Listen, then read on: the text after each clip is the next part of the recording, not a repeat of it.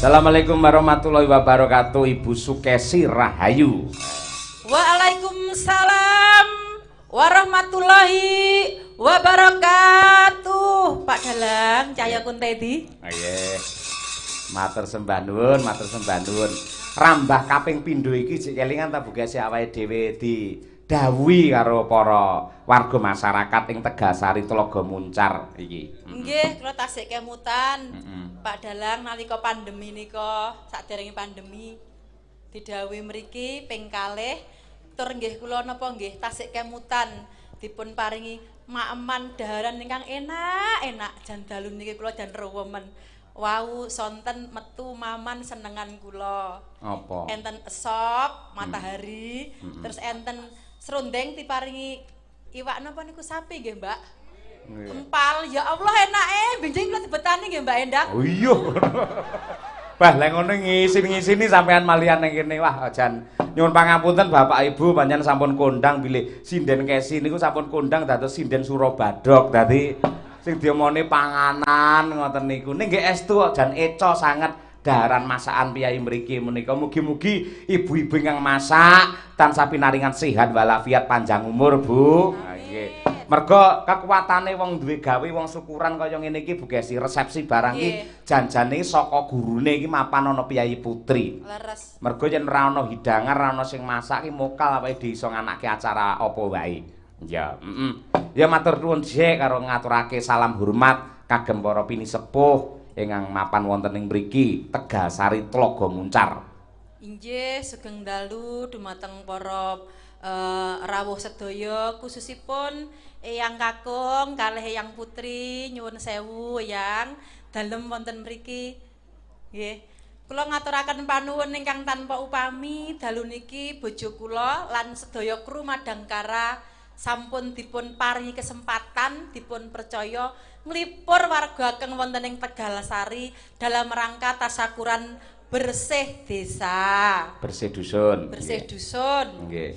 Mugi-mugi anggenipun panjenengan sedekah lumantar budaya menika tansah pinaringan piwales saking Gusti Allah Subhanahu wa taala arupa murah rezekinipun.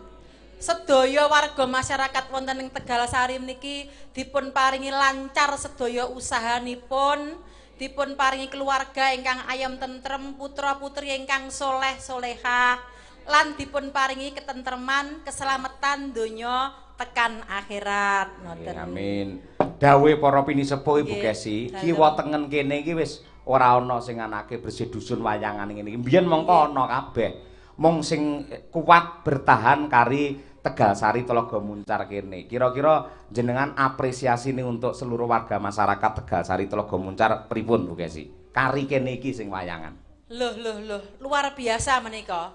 Lah niki dusun Tegalsari mriki saged dados patuladan dumateng desa-desa sanesipun.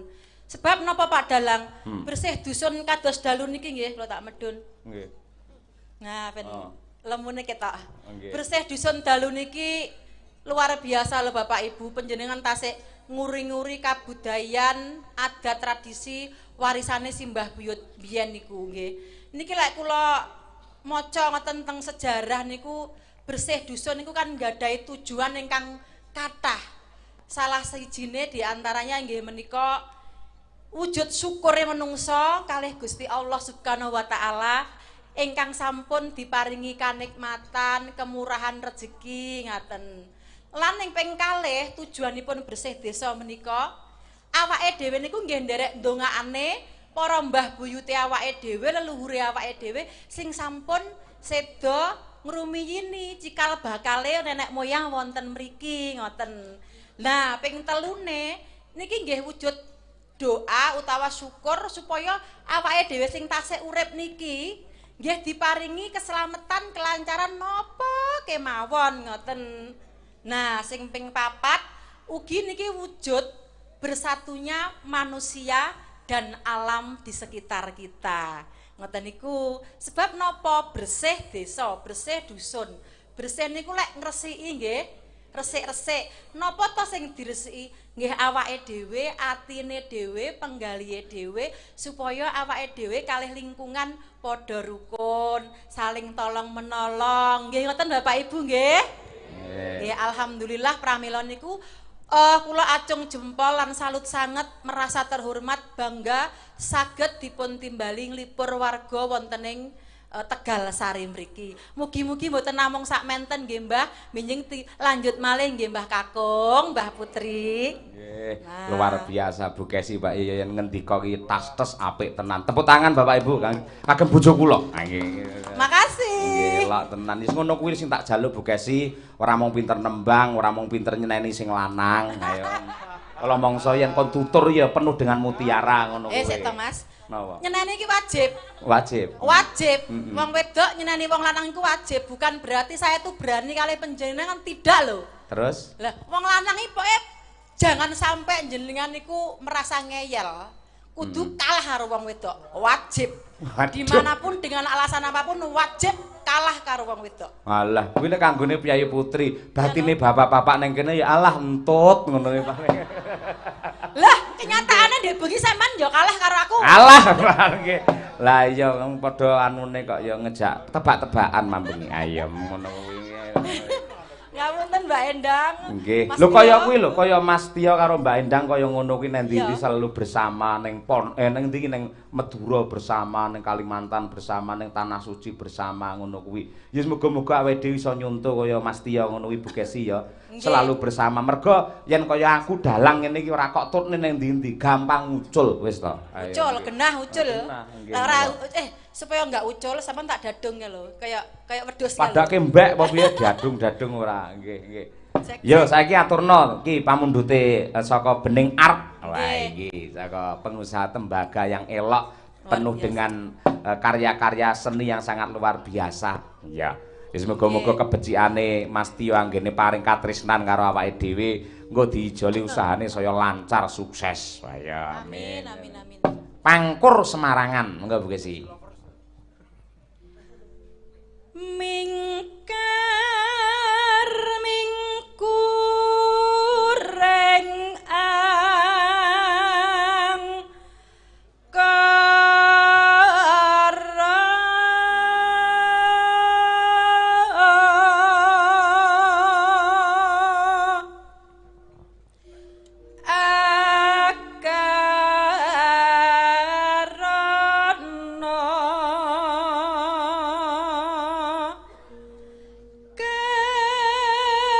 kerenan marati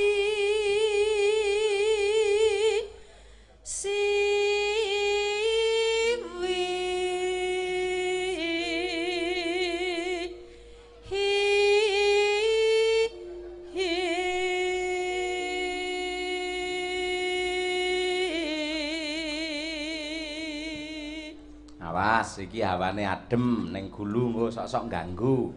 Apa niki ngambah nada sing tinggi Bu Kesi. Konsentrasi penuh nyebut asmane Gusti ingkang nyipta jagat, tarik napas yang dalam. Yuk.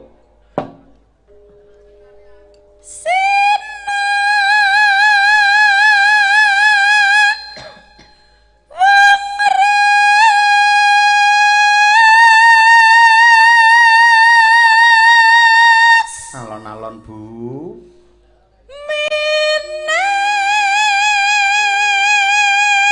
Nyebut asmane pengiran. Ya.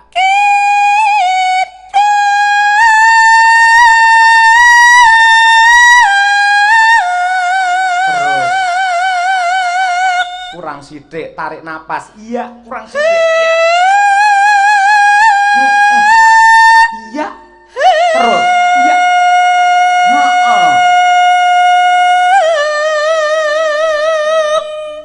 Alhamdulillah wis lair lanang, Nduk. Malah kaya wong bayan ora ngono kuwi. Lanjut, Bu.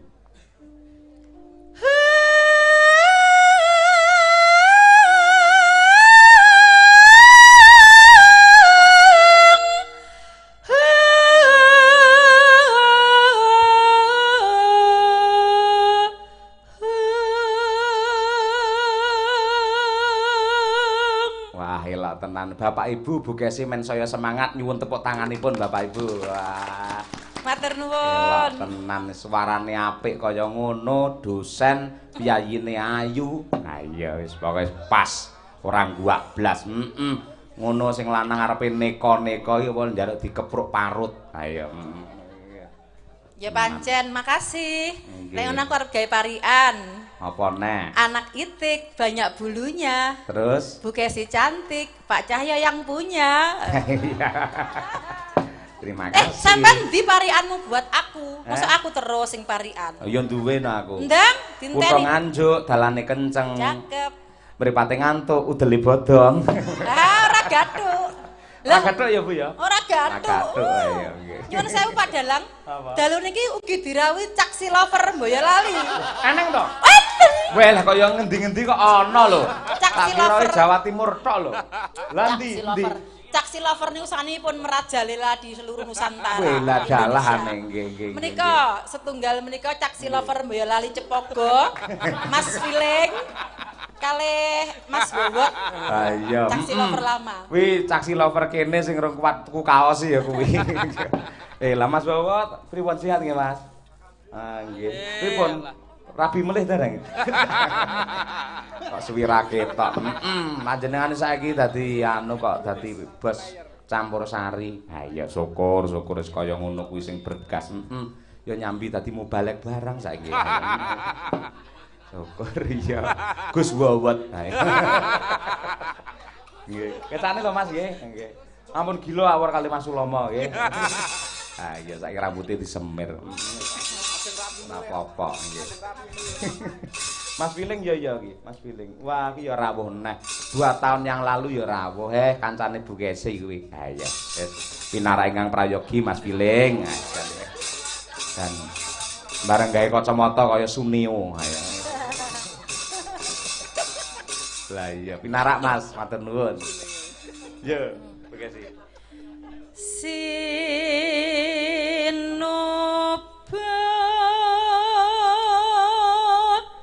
Sinukarta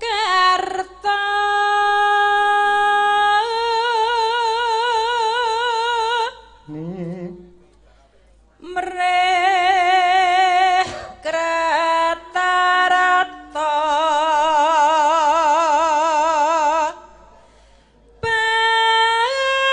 pakartine ngelmu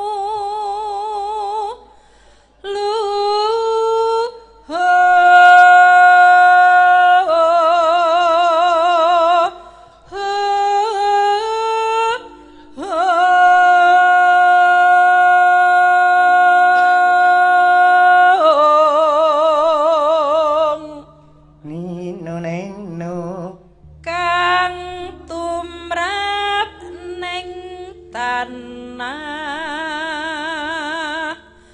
Jawa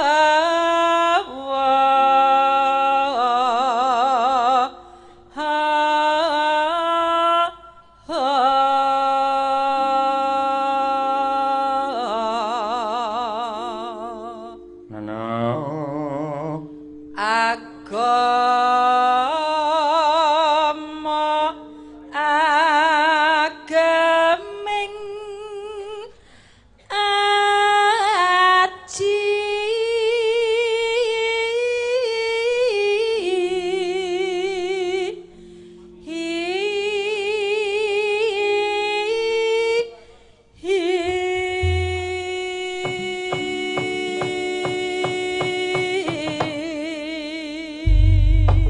Matur sembah nuwun wilujengne skala Pangkur Semarangan kapundhut dening Bening Art nggih Mas Prastya sekalian Mbak Yu Endang. Ya, muga-muga bisa kanggo panglipuring penggalih.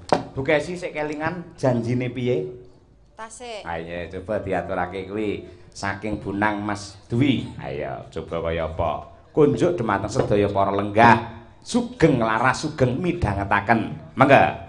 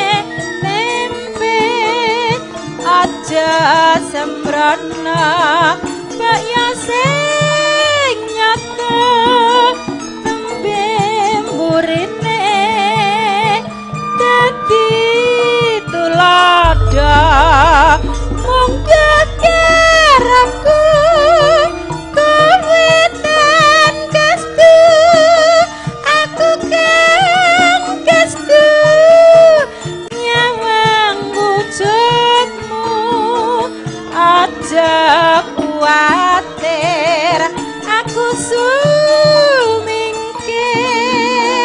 ingkang terus mikir mung katir timbang bingung lubang lentung nyawang payung durung paring payung kowe amlunga aku trimo ngakra becike setana wedi yen nganti saiki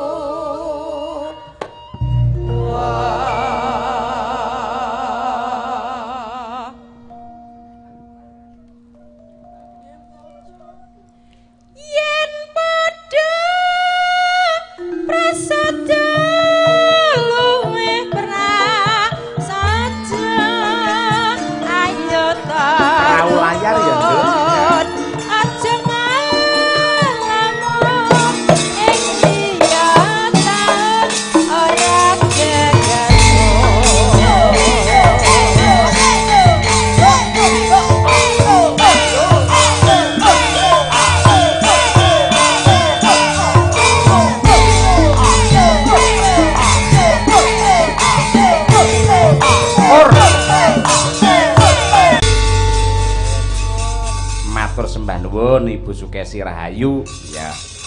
Wis muga-muga tembange bisa kanggo panglipur tumrapé sedaya para warga masyarakat nambahi saya sayuk rukun sahayeg saeka kapti gotong royong samar sinamadan daya dinayan ya Mak. Pancen kaya mengkono ya.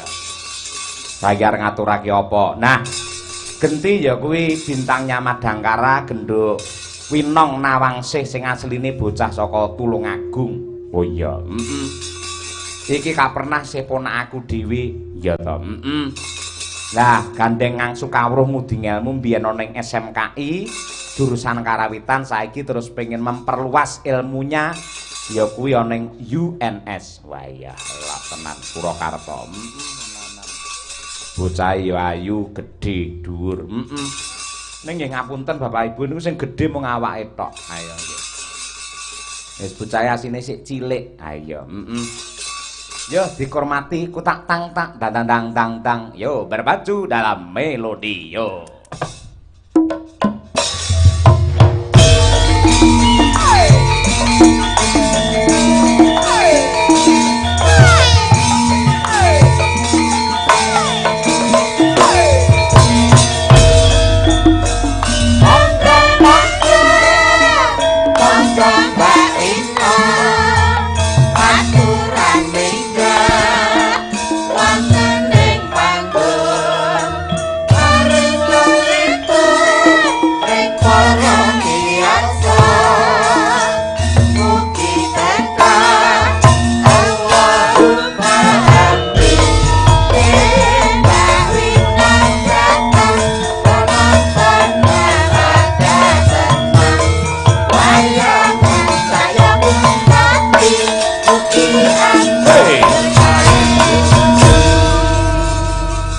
Dalu gendho Nimas Ayu Winong Nawangsih. Nggih Pak, wilujeng dalu. Nadyan wis pirang-pirang dina tanggapan tetep sehat semangat ya Nduk. Alhamdulillah sehat Pak. Kuncine men sampean tetep semangat lan sehat iki kira-kira sampean duwe rumus apa Nduk? Rumusnya kalau leren wis gak usah dolan Pak, tidur aja. Iya. Lah jenenge leren ya ning omah leren. Enggak, maksudnya kalau enggak PY itu enggak usah dolan di rumah aja. Oh, dadi cara HP dicas diam di rumah ngono ya. Iya, gitu. Dadi kudu iso milahke ya Nong. Yen wayahe dolan ya dolan, yen wayahe nyambut gawe, yen wayahe istirahat ya bener-bener leren ngono ya. Nah, betul, sama air putih, Pak. Air putih. Ya. Dikapakne kuwi. Ya maksudnya air putihnya jangan kurang. Soalnya zaman sekarang tuh anak-anak sekarang tuh luwih mengutamakan es teh Pak daripada air putih. Ya enggak? Iya, kleru lek es teh. Air putih ya apik. Jane enek sing luwih apik neh lho nang ujane. Kenapa Pak? Susu. Ayo. Oh. Kuwi kan ya 4 sehat 5 sempurna ngono Nah. kae. Apane sak umuramu ngono ki yen nganti kurang susu ngono ya biasane ya kurang menarik, Nduk. Ayo. Kula mboten kurang kok Pak. Mboten kurang ya? Mboten. Ayo, syukur ya wis malimpah-limpah. Ayo. Ayo.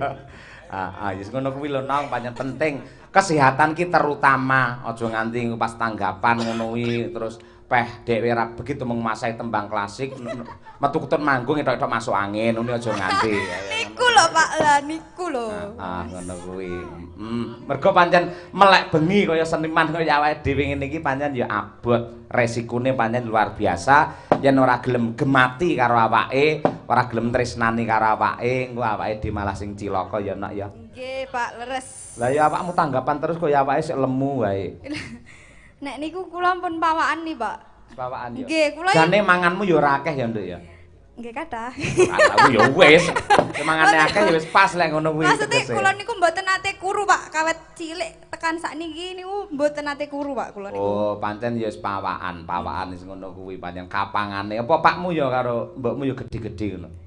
Mboten. Ibu Ding, nggih Ibu radi berisi ngoten. Terus yen mau diparingi daharan karo piyai kene sing enak dhewe apa? Lah niku Pak sing paling enak anu Pak. Sing anu. Sedaya Pak ngono niku. Sing bentuke kaya anu iku lho Pak, ngene. Apa kuwi? Tempe. Tempe ya enak anu. Oh, tempe ya enak. Empal. Oh, empal. Ya, Oh, itu. Heeh, Nduk nek ndi pancen empal ki enak kok, Nduk. Upamane kowe gelem masak aku kemakon mangan empalmu ya mesti empalmu enak kok, Nduk. Empal masakmu kuwi lho maksude. Nah, nggih to. nggih. Empal tenan lho Pak, empal napa to? Lah iya empal tenan rumasamu, empal sapi to? Nah, Lah nggih. iya mula kang mangkono. Ayo. Empal terus diwae duduh ben teles iku lho Pak. Lah iku enak banget. Oh iya. Duduhe sop sing dimas. Heeh. Bukesi itu tadi. Sop matahari mau ta? Iya, sop Wah, matahari. Nah. Apa sih Cak Bagus kok khusus? Orang sop kok khusus. Iya. Yes kaya ngono kuwi pancen sing jenenge seniman ngene lho, Nong. Iya. Lek pas ketrima ki pancen ngungkuli raja, nek lek pas apes ki ngungkuli kere pancen ngono kuwi. Lek pas ketrima ya kaya ning kene iki tenanan apa-apa dicawiske, buah-buahane enek unjukan wis ora enek lerene. Lek pas ora ketrima ni teko dukne panitia rene sing bagekne, gelem ra gelem doandan sinden sak dalange ning kandang. Tahu aku mbiyen ngono kuwi. Lah ndelalah bar wayangane panitiane minggat merongos ra bayaran. Mosok nate Pak ngoten niku. Oh, tahu ngono kuwi. Kowe lak mun penak-penak tok lu bapakmu biyen muni kulino. Ae ngono kuwi. Ya Allah. Heeh, tenan. Seksine kanca-kanca kuwi kabeh ayo. Apa enek wong mayang mulih nggo Avanza lek ra aku apa enek. Ngono tak rental kuwi ayo beh. Piye ngono kuwi ayo. Rong melu ya kene mbiyen ya. Wah, rong melu kowe. Wah, aku zaman berjuang mbiyen. Iku tahun kapan Pak? Tahun 1400. Wis wae mbiyen kuwi rong enek wis sik urung dadi sinden kowe Nduk, saiki wis penak sinden saiki. Mangkat nyinden wis enek sing barengi, enek sing anu nawani. Ayo bareng aku, Nong. Ayo numpak mobilku nganti rayan. Ayo.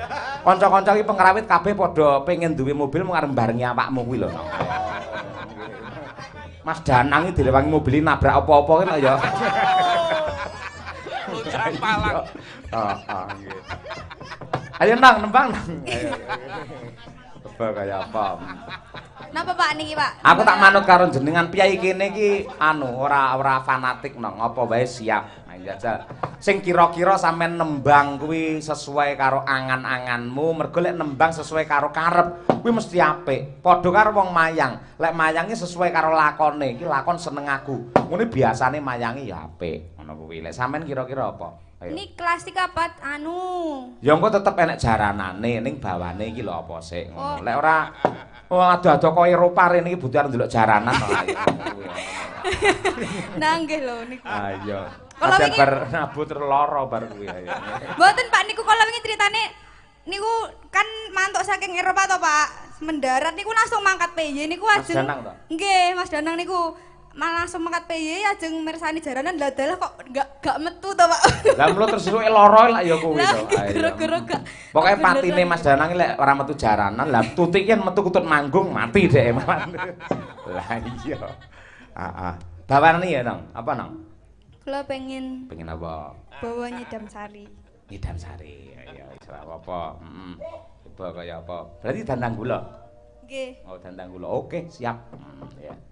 Nanu. Coba kaya apa? Ya ndak?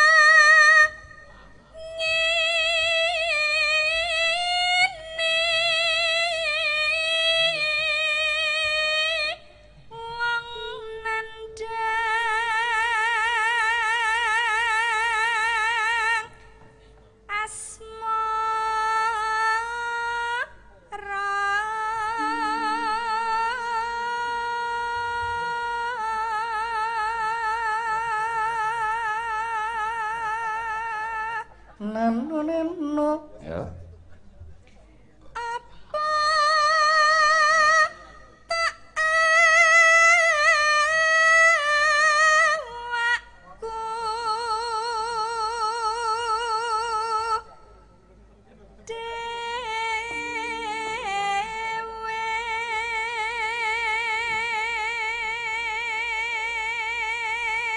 Assalamualaikum warahmatullahi wabarakatuh Pak Dalang. Nggih, waalaikumsalam. Saking Pak Ngadinu Pondok Ungu Permai Bekasi nderek nyimak lumantar streaming Kuntadi Channel. Sukses selalu untuk Madangkara. Nggih. Terima kasih. Nggih. Terus nang.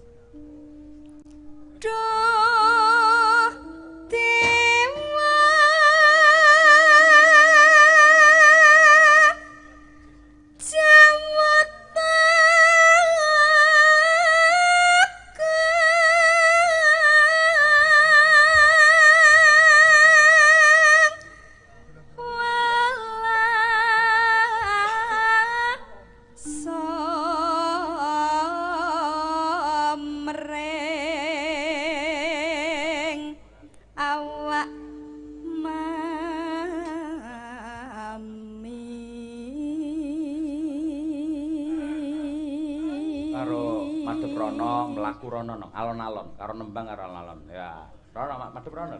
Nah, ayo. Terus bablas ning pawon madang ayo. Malah madang ora. Nonano. Besok kapan ketekan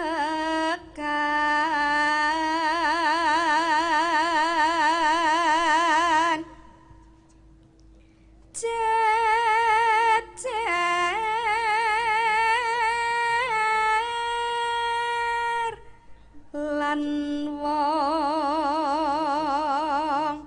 bagus.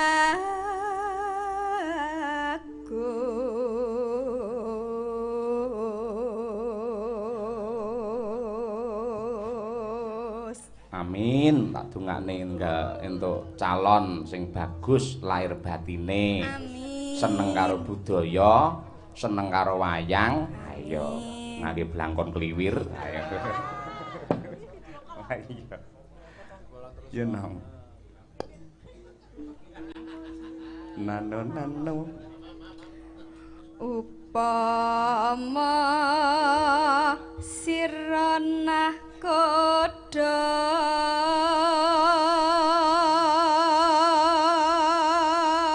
Neno tanpa prau sasat sara ing jalatri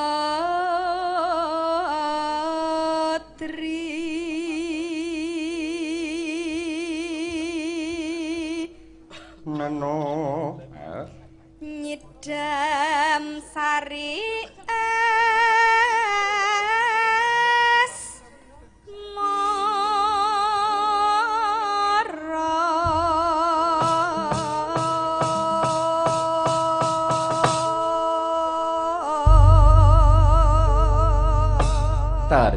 Bekasi.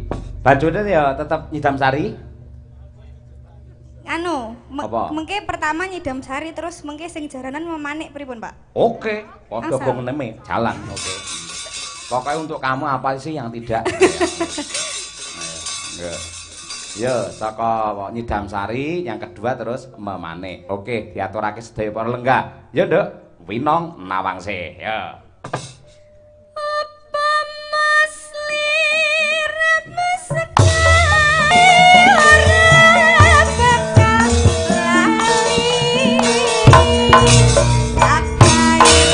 Hey! Ayo no.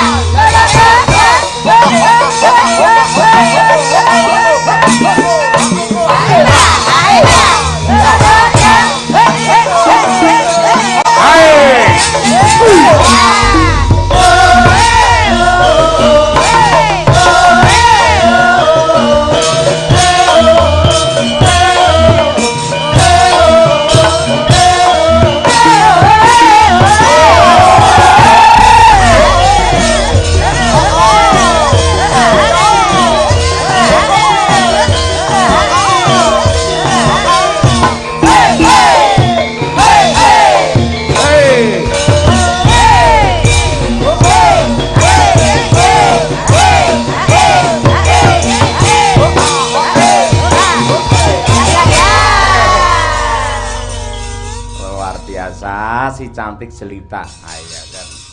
Bocah le menik-menik joget ya apik. Tur iki ya kasanah budaya. Menika jaranan cara Kedirian utawa cara Tulungagungan Bapak Ibu. Menika ciri khasipun cara Jawa Timuran. Wah iya, dasare sing nembang ya bocah Jawa Timur, sing joget ya Jawa Timur. Wah, tenan luwes. Ya, Yo si jingkas. Ya, Nyuwun karo Mbak Dian Munasira karo Mbak Trihastuti. Ayo, ben jumeneng ya ndak masuk angin kok. Lestari ya, Tik. Lestari aman, Tik. Ayo. Karo Mbak Dian Munasira. Mbak Dian Munasira menika salah satu guru wonten ing sanggar kula ing bab sesindenan. Wah iya Sanggar Madangkara. Sesarengan kalian Pak Teguh menika ingkang bagian karawitan menawi Mas Ajimas menika basa Inggris. Basa Jepang, Pak. Basa Jawa. Ayo. Nglen longgar Mas Dana nggih ngewangi nggih sindenan. Mergo murite saya akeh Mas saya. Ayo. Yo diaturake langsung kemawon. Lestari kunjuk dumateng sedaya mliginipun emak-emak ibu-ibu sing sok mirsani wonten ing TikTok utawi wonten ing YouTube mesti karem kalian tembang menika. Lestari kanthi doa mugi-mugi silaturahim dan juga kesejahteraan warga masyarakat mriki tansah lestari run tumurun. Ya. Monggo Madangkara lestari. Yo.